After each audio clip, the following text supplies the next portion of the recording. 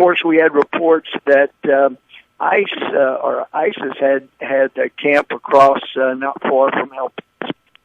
And although that was initially denied, the reports seem to indicate that that is true, so that there's some of them, like Tom Clancy had written about in a novel years ago, they are linking up with drug cartels, and they're putting America at risk. If the president's going to protect America, if our city leaders are going to protect America, the cities can't be this haven for people who break the law and would kill a beautiful young lady like we had in San Francisco, and the federal government has got to stop encouraging illegal immigration. Okay, multiple things there are hilarious. First of all, he's repeating the same thing about immigration that almost all the Republicans say.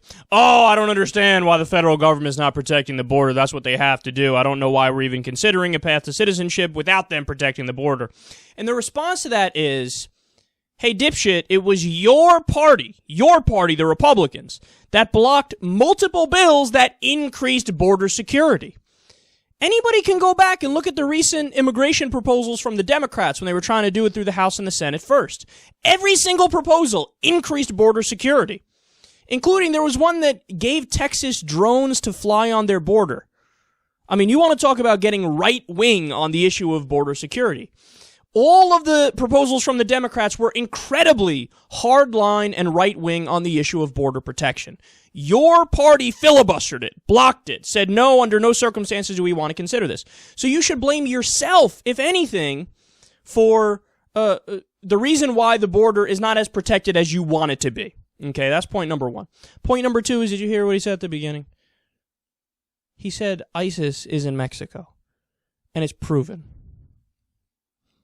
Now, a few months back, we covered these stories because the claims came up back then, too. Glenn Beck said it once. A couple other people said it.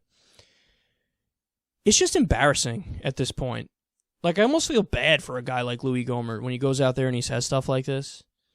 Because it's like, you get the sense that he really is a man-child. Like, he's playing politician. Like, he's actually an elected politician, of course, but he's playing the role of a politician. How am I supposed to act, mommy? Did I put my tie on right? Do I look good? I'm going to go out there and pretend to know stuff. Watch me do it. Oh. Louie, you know where you got this from? Of course he knows where he got it from. You got it from WorldNet Daily. WorldNet Daily is a ridiculous conspiracy website with zero facts to back up any of their claims. For fuck's sake, Larry Klayman is affiliated with that website. Larry Klayman, Judicial Watch is his group, actually. And he's the guy who originally made this claim. This is a guy who's still convinced that President Obama is a Kenyan Muslim Manchurian candidate. You're going to take the shit that this guy says and go, proven, ISIS is in Mexico. Think about, without even getting into empirical data, because they don't have any evidence, think about how little sense that makes logically. So ISIS right now is in the middle of fucking beheading Christians in Iraq and Syria. That's what they're doing. So what they're going to do, they're going to become besties with Mexican drug cartels, the majority of which, the people in the cartels, are either Christian or they're just non-religious. They'll behead atheists in a second. They behead Christians in a second. ISIS is going to make buddies with Mexican drug cartels when also they behead people for taking fucking drugs. We covered those stories as well. So they're going to make friends with them. And by the way, point me in the direction of the translators who can speak the different languages and, you know, get back and forth to each other. I'd love to meet these people. Oh, that's right. They don't fucking exist. But so there's a language difference. There's the fact that they both fucking hate each other, the fact that neither one of them would want either one to threaten their power, and they somehow magically got together and they set up a base just south of the border in Texas. That's the claim that was made in the article. That's the claim Glenn Beck made. That's the claim that Louie Gohmert's making right now. How fucking stupid are you? And another ironic part of this is what? Louie Gohmert is concerned about non-existent jihadists who are just south of the border. They're fucking invisible and they're not real. But what's he not concerned about?